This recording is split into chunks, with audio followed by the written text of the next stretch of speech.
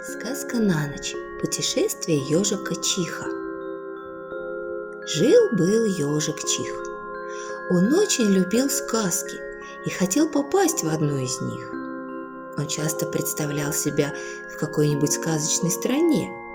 Чих придумывал, какие испытания выпадут на его долю и как он их с честью выдержит, ведь он такой умный и смелый. Сосед ежика Сурок Жим нередко наблюдал, как ежик ловко сражался с кем-то невидимым. Он быстро махал хвоинкой, напоминающей шпагу, потом ловко сворачивался в плотный клубок, прячась от возможной опасности.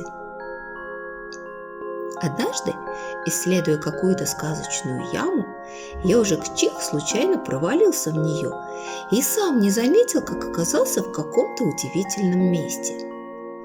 «Это сказочная страна!» – обрадовался ежик Чих. А понял он это, потому что увидел серых мышей в золотистых нарядах. Самой заметной была мышь с цветочной брошкой. «Обычные мыши так не наряжаются», – подумал ежик Чих. И вообще, все в этом чудном месте было необычно. Деревья были удивительно правильной формы, а цветы были больше деревьев. Чих приветливо поздоровался с мышами, а мышке с цветочной брошью потихонечку сказал, что он потомок королевских ежей с золотыми колючками.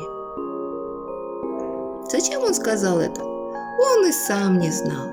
Он был обычным серым ежиком, и его родители к королям и королевам не имели никакого отношения. Но ему так хотелось быть важным. Мышь с цветочной брошью кивнула ему и уже готова была идти дальше, как вдруг остановилась и сказала: «Ты пришел за приключениями, Чих? В нашей сказочной стране ты их получишь. Ты сказал мне неправду. Ты обычный серый еж, а теперь слушай. Ты должен найти кота с заколдованным хвостом и коснуться этого хвоста. Если не сделаешь этого, то домой не вернешься». Расстроился ежик Чих. Котов вокруг много. Как же найти того, у кого хвост заколдован? И жить бы Чиху век в сказочной стране, да случай помог. Подслушал он разговор на площади магов.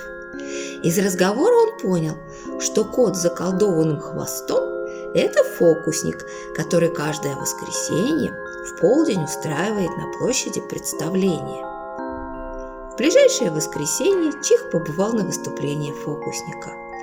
Это было совершенно фантастическое зрелище. Кот с заколдованным хвостом превратился в слона, а слон пел как соловей.